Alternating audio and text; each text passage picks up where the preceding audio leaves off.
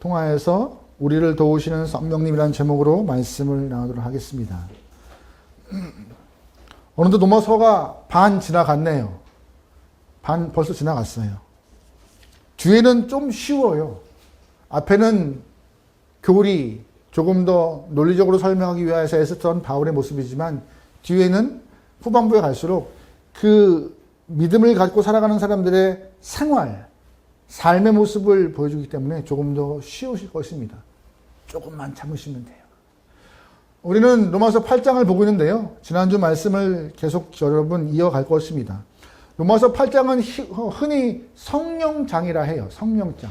왜 성령장이라 하냐면은 그 이유는 구원받은 성도에게 하나님이 주시는 선물 가운데 가장 큰 것 중에 하나가 성령인데 그 성령님이 성도의 삶을 이끌어 가는 걸 보여주고 있는 것이기 때문에 8장을 성령장이라 합니다.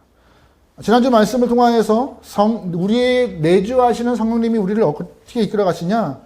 죄와 사망의 법에서 또한 우리를 해방시키시고 죄의 정죄에서 해방시키신다고. 의지로는 불가능한 율법의 요구를 우리가 행할 수 있으며 생명의 성령의 법이 우리를 다스리게 하신다고 말씀드렸습니다. 또한 성령이 우리 안에 내주할 때 또한 선물은 무엇이냐? 아들의 영을 받게 되어서 하나님을 아빠 아버지라 부르시는 은혜가 있다라고 말씀을 드렸어요. 성령의 이끄심이 강하다라고 구원받은 자에게 분명히 일어나는 사건이라고 성경은 말합니다. 그러나 여기서 우리가 오해하지 않아야 해요. 무엇이냐? 예수를 믿고 구원받았다고 하여서 성령이 내 안에 내주한다고 하여서 하나님을 아버지라 부른다고 하여서 갑자기 전사와 같이 힘이 생기고 믿음의 용사와 같이 한 번에 변화해서 아주 화려한 믿음 생활을 할 수 있다라고 우리가 착각하시면 안 됩니다. 왜냐하면 의롭다함을 받아서 구원받은 영혼이지만 거듭났지만 그럼에도 여전히 우리는 연약한 존재이기 때문에 단번에 힘센 믿음의 용사같이 바뀌지는 않아요. 제가 인생을 오래 살진 않았습니다. 하지만 느끼는 것은요. 세상에서 아무리 여러 가지 것들을 이뤄냈던 위인들이라 할지라도 아니면 굉장한 능력을 갖고 있는 영혼이라 할지라도 육체를 갖고 있는 한 그 사람은 항상 약한 존재라는 것입니다. 그 연약함을 벗어날 수가 없어요. 한때 유럽을 정복했던 위대한 군인으로 보여졌던 나폴레옹도 집으로 들어오면은요, 고독감과 외로움 때문에 부인이었던 조세핀의 무릎을 붙잡고 엉엉 울었다고 합니다. 부하들 보기에는 강인한 군사였고 나라가 보기엔 위대한 리더였지만 숨어서는 눈물 흘릴 만큼 괴롭고 힘든 영혼이었음을 글에서 볼 수 있었던 부분인 것 같아요. 다 똑같아요. 우리도 그래요. 우리도 강한 척하지만 약한 것이 사실인 것입니다. 언제까지요? 육체를 갖고 있는 그때까지요. 그래서 성경은 말하잖아요. 인간을 향하여서 깨지기 쉬운 질그릇 같다고. 약하디 약한 질그릇이라고요. 그렇다면 이 약한 이 질그릇 같은 인간들이 어떻게 이 악한 세상에서 믿음으로 승리할 수 있는 길을 살아갈 수 있을까요? 오늘 그 말씀을 좀 보려고 해요. 우리 26절 말씀 읽어볼게요. 시작. 이와 같이 성령도 우리의 연약함을 도우시나니 우리는 마땅히 기도할 바를 알지 못하나 오직 성령이 말할 수 없는 탄식으로 우리를 위하여 친히 간구하시느니라. 아멘. 문제는 중요한 건 뭐예요? 우리의 약함을 누구도 아세요? 성령도 아신대요. 하나님은 우리를 위하여서 아들을 보내시고 그 아들은 십자가를 지심으로 우리 죄를 다 담당하셨습니다. 그런데 하나님이 우리를 사랑하시지만 우리를 너무 잘 아세요. 얘네 예수를 통하여서 다 구원받고 힘을 냈다고 하지만 영생 얻다고 하지만 그냥 두면 또 똑같이 과거와 같이 죄 넘어지고 힘든 삶을 살 거야. 그래서 보내주신 분이 누구예요? 선물 같은 보혜사 성령님이라는 거예요. 그런데 감사한 것은 성령 하나님이 내 안에 임재하셔서 바라보시니 얘네들은 계속 약한 존재이라 어떻게 하신대요? 26절에 도우신대요. 도우신대요. 내가 내 힘으로 할 수 없기 때문에 아무리 구원받은 영혼이라 할지라도 그 구원받음이 나에게 강한 능력으로 드러나기는 어려운지라 처음부터 누가 도우신대요? 성령님이 도우신다라고 오늘 말하고 있는 것이에요. 근데 특이하게 이 본문에 있는 20절 도우시다라는 말이 헬라어로 좀 특이한 말이에요. 어떤 말이냐? 신안틴 암바노마이라는 헬라어인데요. 지금 길죠? 원래 길진 않아요. 근데 이 도우시다는 이 말이 헬라어로 이 긴 말이 세 글자가 합쳐진 말입니다. 신 하나, 안티 하나, 남바노마이 하나. 세 개가 합쳐진 말이에요. 신은 무엇이냐? 옆에, 함께. 안티는 뭐냐? 반대편에서. 남바노마이는 뭐냐? 번쩍 들어 옮긴다는 것입니다. 그게 합쳐진 말이 오늘 본문에 있는 도우시다는 말이에요. 좀 이해를 쉽게 말씀드려보죠. 우리가 길을 가다가 의도하지 않게 앞에 큰 통나무가 놓여 있습니다. 옮겨야지 지나갈 수 있는 상황이에요. 옮길 수 있으면 좋겠는데 힘이 부족해서 옮길 수 없습니다. 동동거리면서 어떻게 하면 좋을까? 어떻게 하면 좋을까? 그냥 하염없이 시간을 보내고 있다가 감사하게도 어떤 힘 있는 존재 아니면 트랙터 아니면 포크레인 그러한 존재가 와서 나무를 들어 반대편으로 옮깁니다. 길이 열리고 갈 수 있고 목적지를 향하여서 옮길 수 내 시간들을 연장할 수 있게 된 것이죠. 이렇게 앞에 있는 장애물을 들어 반대편으로 옮기는 것이 바로 오늘 본문에 있는 도우신다는 말이에요. 성령 하나님 우리를 도우신다는 것은 이와 같이 우리의 삶에 장애물이 있고 앞으로 전진하지 못할 상황에 놓여 있을 때 그 모든 것들을 들어서 옮겨주시고 우리는 믿음의 길을 갈 수 있도록 역사하시는 것이 성경 안에 있는 성령의 도우신다는 것입니다. 신안티 남바노마이라는 뜻인 거예요. 우리는 약하디 약한 존재이지만 성령 하나님이 우리의 모든 문제들을 들어서 반대로 옮기신다. 여러분 믿으십니까? 그 성령 하나님의 도우심을 신뢰하며 살아갈 수 있는 귀한 영혼 되면 좋을 것 같아요. 그럴 때에 하나님이 능력을 발휘하시고 역사하셔서 우리의 삶에 장애물들은 옆으로 다 비껴갈 것입니다. 그러면 본문에서 성령 하나님이 연약한 우리를 어떻게 도우실까? 그걸 좀 볼게요. 첫 번째, 성령 하나님은 우리를 어떻게 도우시느냐?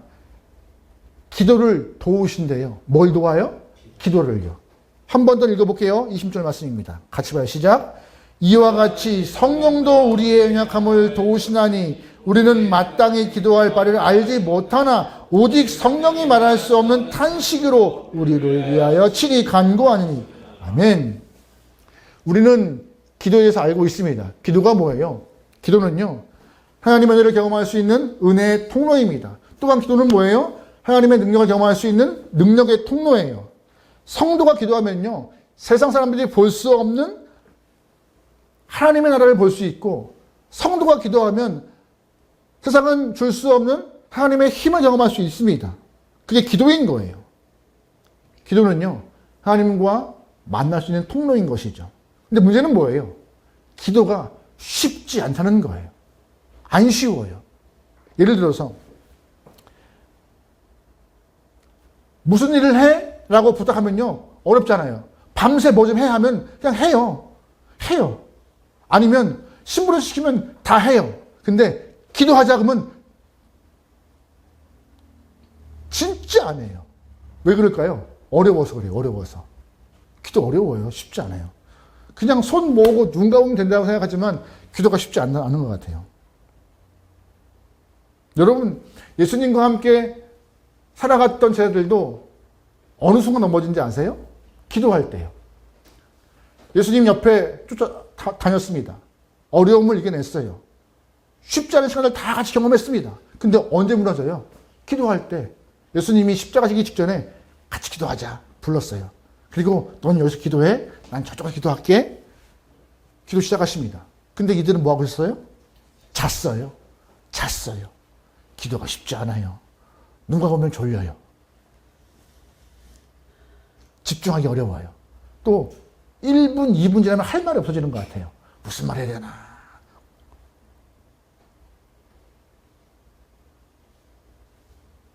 근데 여러분 그거 아세요? 기도를 승리하는 사람이 신앙도 승리하는 거예요.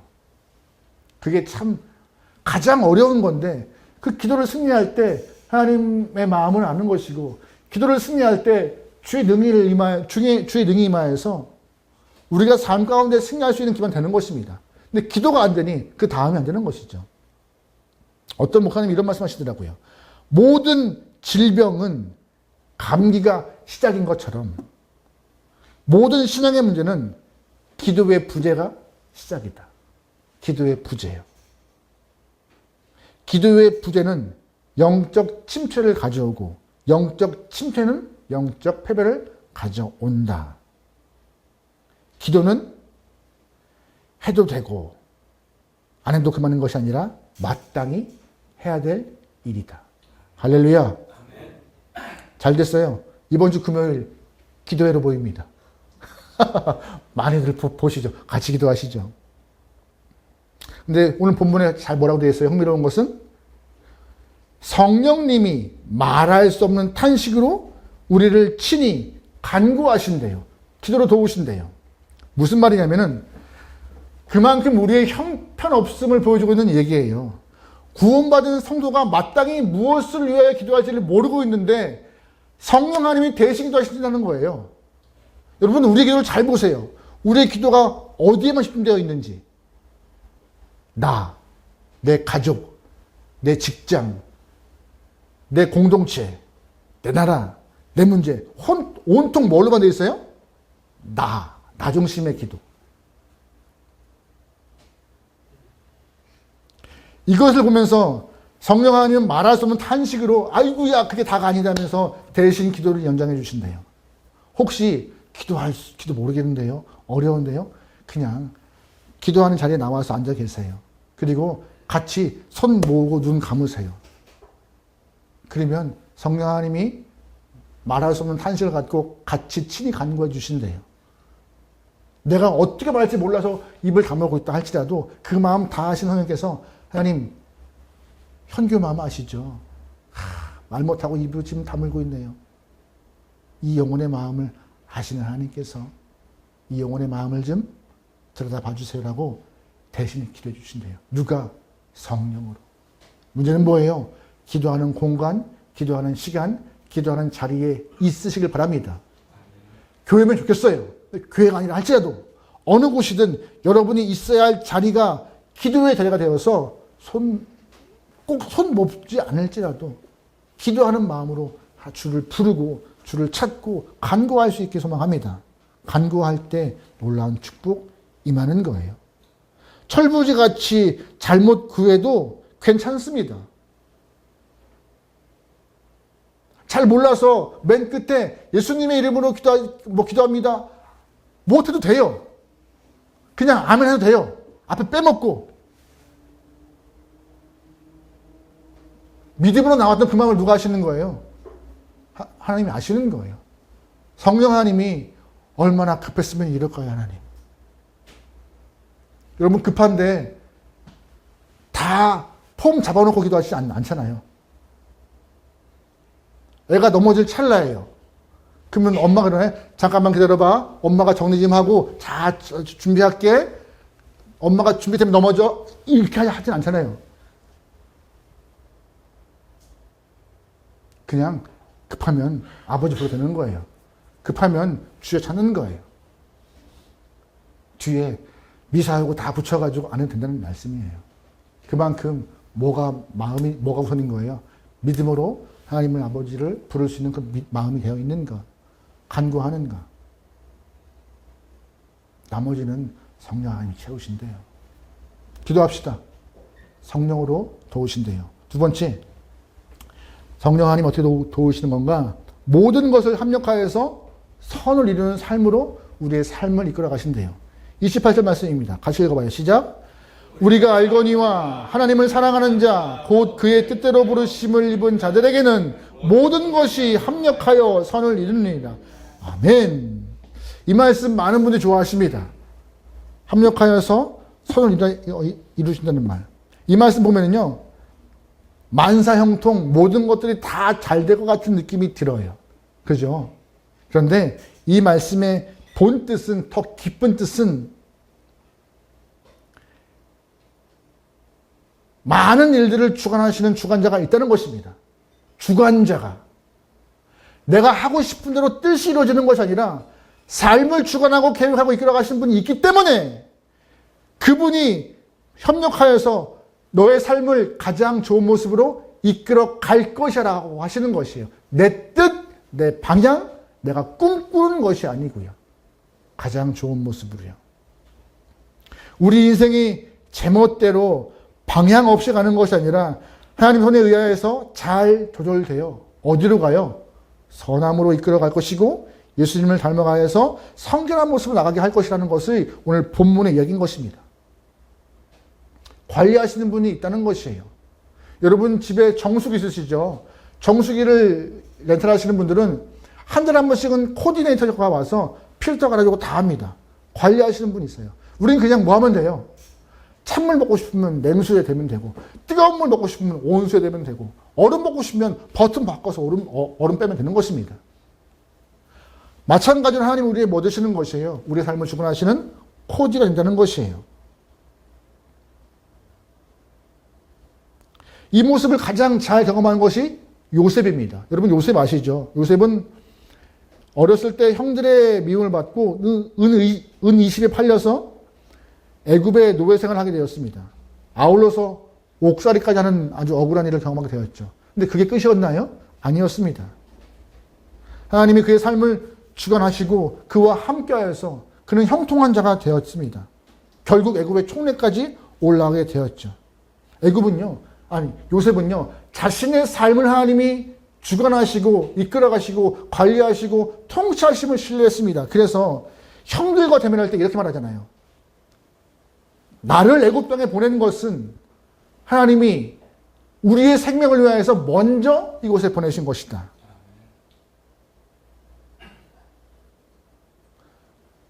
요셉의 이 고백은 뭐예요? 내 삶을 주관하시고 이끌어가신 코디네이터가 있더라. 그게 누구더라? 하나님이더라.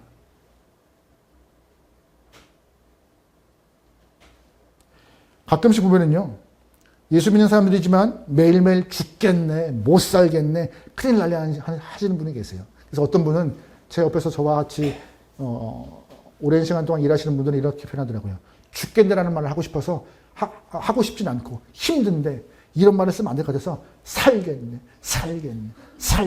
이렇게 하더라고요. 그러면 사라지나요? 얼마나 살겠네라고 할까요?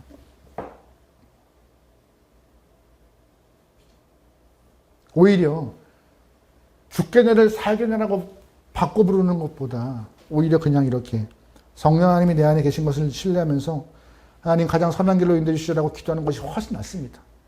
하나님, 내 삶의 주관자는 당신이십니다. 내가 아무리 발버둥 쳐도 내가 갈 곳을 몰라 헤매고 있으니 가장 좋은 모습으로 응답하시고 이끌어 달라고. 그럼 하나님이 합력하여서 우리의 삶을 선함으로 이끌어 가실 거라 말씀하시잖아요. 여러분 주의 말씀을 신뢰하면서 성령의 도움을 좀 감개해 보시죠. 잘 보시면 오늘 본문에서도 합력하여서 선을 이루는 모습이 언제나 우리가 꿈꾸는 성공과 부함과 높이 올라감과 더 나아짐은 아닙니다. 왜요? 29절 말씀 읽어볼까요? 같이 읽어요. 시작. 하나님이 미리 아신 자들을 또한 그들의 형상을 본받게 하기 위하여서 미리 정하셨으니 이는 그로 많은 형제 중에서 맏아들이 되게 하려 하심이니라.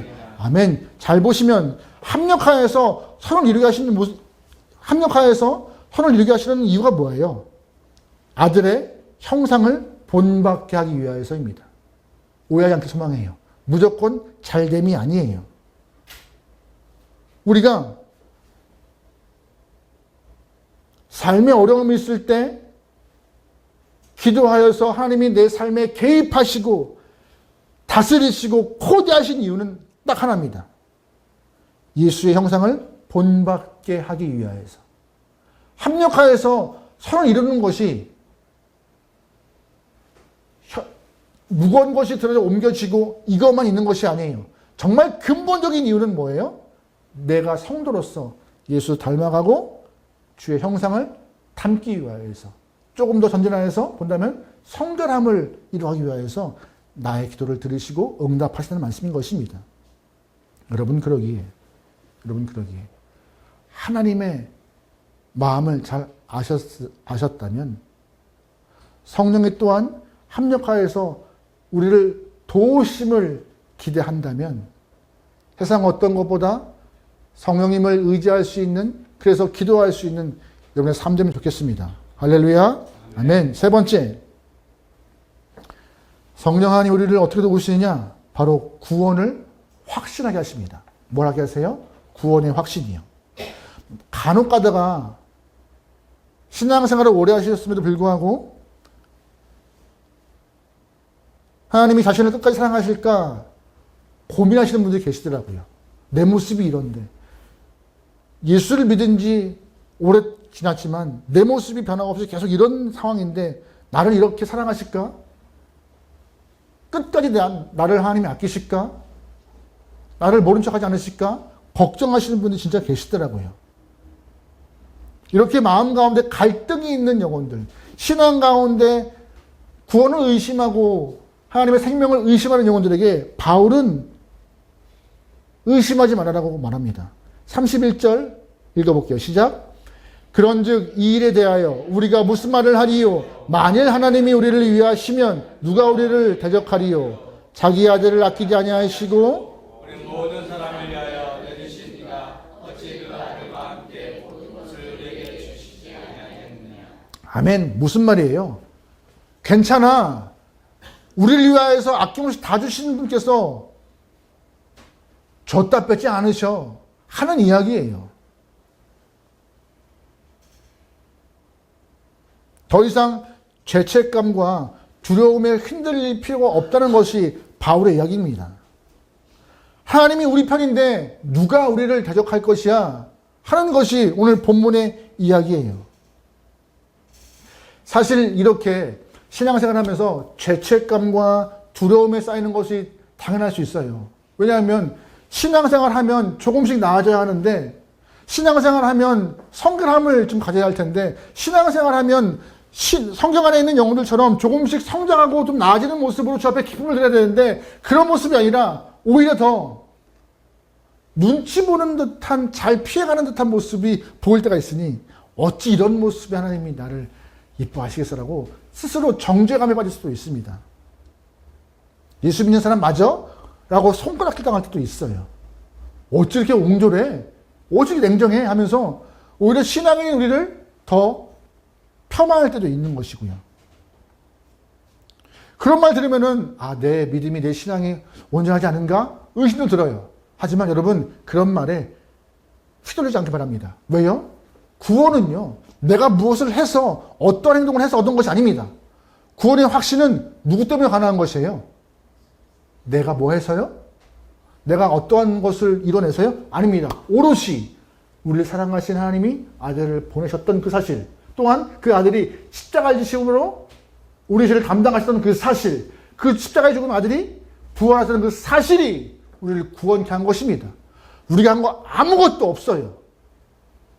사방에서 뭐 신앙인이 그래, 뭐 어찌 너 맨날 똑같아, 10년 교단은 뭐하니, 직분 있으면 뭐하니, 아무리 사방에서 그래도 우리의 마음은 흔들림 없어야 돼요. 맞아, 네 말이 맞아, 네 말처럼 내가 신앙 안에서 잘 못 산 거 맞아. 하지만 그럼에도 나는 하나님의 구원받은 백성임은 틀림없어라고 그런 다짐과 고백이 있어야 할 줄 믿습니다. 그런 고백이 왜 나와요? 나 때문에? 아니요, 하나님 때문에. 하나님이 구원을 확신해 줬기 때문에요. 33절 말씀 보겠습니다. 같이 봐요. 시작. 누가 능히 하나님께서 택하신 자를 고발하리요, 의롭다 하시는 이는 하나님이시요, 누가 정죄하리요, 죽으실 뿐 아니라 다시 살리신 이는 그리스도 예수시니 그는 하나님 우편에 계신 자요 우리를 위하여 간구하시는 자신이라. 아멘. 우리를 향하여서 의롭다라고 말씀하시고 우리를 구원하신 분은 누구래요? 세상이래요? 이웃이래요? 내 스스로 내가 의로워라고 하는 거래요? 아니래요. 하나님이 의롭다 하시는 거래요. 왜? 누구 때문에? 아들 때문에요. 아들 예수 때문에요. 하나님이 의롭다는데 네가 뭔 상관이야? 하는 얘기예요. 굳건히 믿어. 너의 허락받은 그 구원과 생명 네 안에 있음을 믿어. 거기에 맞게 생활하는 것이 우리의 숙제이긴 하지만 연약하잖아. 힘들잖아. 그때마다 성령님이 도우시도록 마음을 열어놔. 하고 싶은 것이 바울의 이야기인 것이에요. 그래서 협력하여서 선을 이루고 하나님의 형상을 닮아가기 위해서 애쓰는 것이 우리의 인생인데 쉽지 않잖아. 그러니 성령 하나님의 도우심을 받고 믿음 안에서 승리해보자라고 말하는 것이 바울의 이야기예요. 아무리 세상이 힘들어도 우리에게 주어진 구원은 잃어버리지 않을 테니까 주 앞에 살아가자라고 말하는 것이 바울의 이야기인 것이고요. 의심하지 마. 생명 얻은 자 의심하지 마. 여러분, 제 손에 볼펜이 있습니다. 이 볼펜을 뺏기 위해서 아마 힘 있는 자가 오면 뺄 수 있겠죠? 누가 뺄 수 있을까? 강호동이나 와야 뺄 수 있을까요? 제가 힘을 주면 아닌가? 성민이, 보민이가 오면 뺏기려나? 저도 이제 나이를 먹다 보니 안 뺏길 자신 있어요. 이제 지금은 조금 더 나이 먹으면 모르겠지만 이 얘기인 거예요. 하나님이 성도를 붙잡고 있는데 누가 뺏어갈 거야? 하나님이 손에 꽉 쥐고 성도들에게 생명을 허락하시는데 누가 뺏어갈 거야? 세상이 뭐라 해도 받은 구원 의심하지 마. 세상이 뭐라 해도 그리스도인이 뭐 그래, 신앙인이 뭐라 해, 그런 말에 마음 뺏기지 마. 우리는 성령 의지하여서 합력하여 이뤄가시는 하나님의 도우심을 바랄 것이며 성령의 친히 간구하심을 통하여서 우리는 어제보다 더 나은 모습으로 주 앞에 달려갈 거야. 같이 가보자. 이게 오늘 바울의 이야기인 것이고요.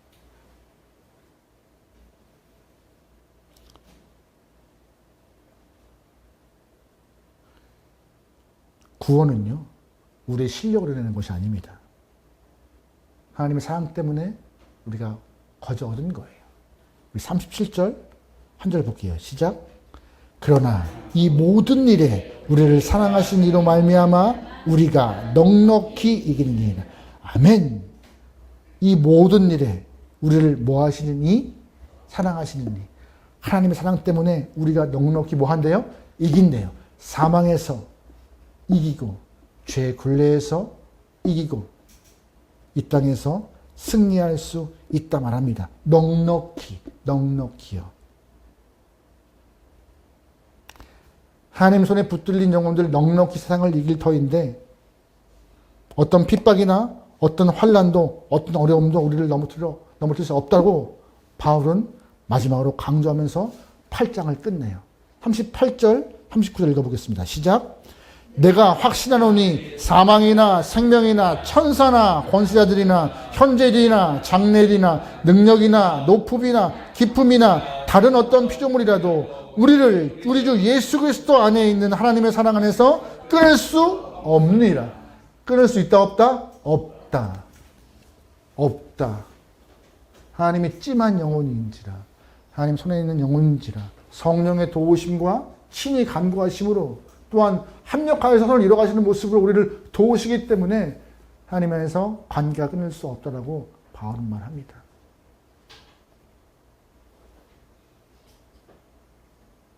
여러분, 주님과의 관계를 잘 이어가시죠. 하지만 우리의 능으로만은 불가능합니다. 그래서 바울은 본문에서 말합니다. 성령을 의지해라. 성령의 도우심을 받아라. 성령의 간구심을 통하여서 너의 삶을 주 앞에 드려라. 삶의 주관자가 있으니 그 주관자의 손길을 따라서 순종하며 승리하라고. 여러분, 하나님과 함께 믿음의 길을 걸어가고 성령과 함께 동행하여서 인생 가운데 넉넉히 이길 수 있는 귀한 신앙인 되기를 주님으로 축원합니다. 아멘.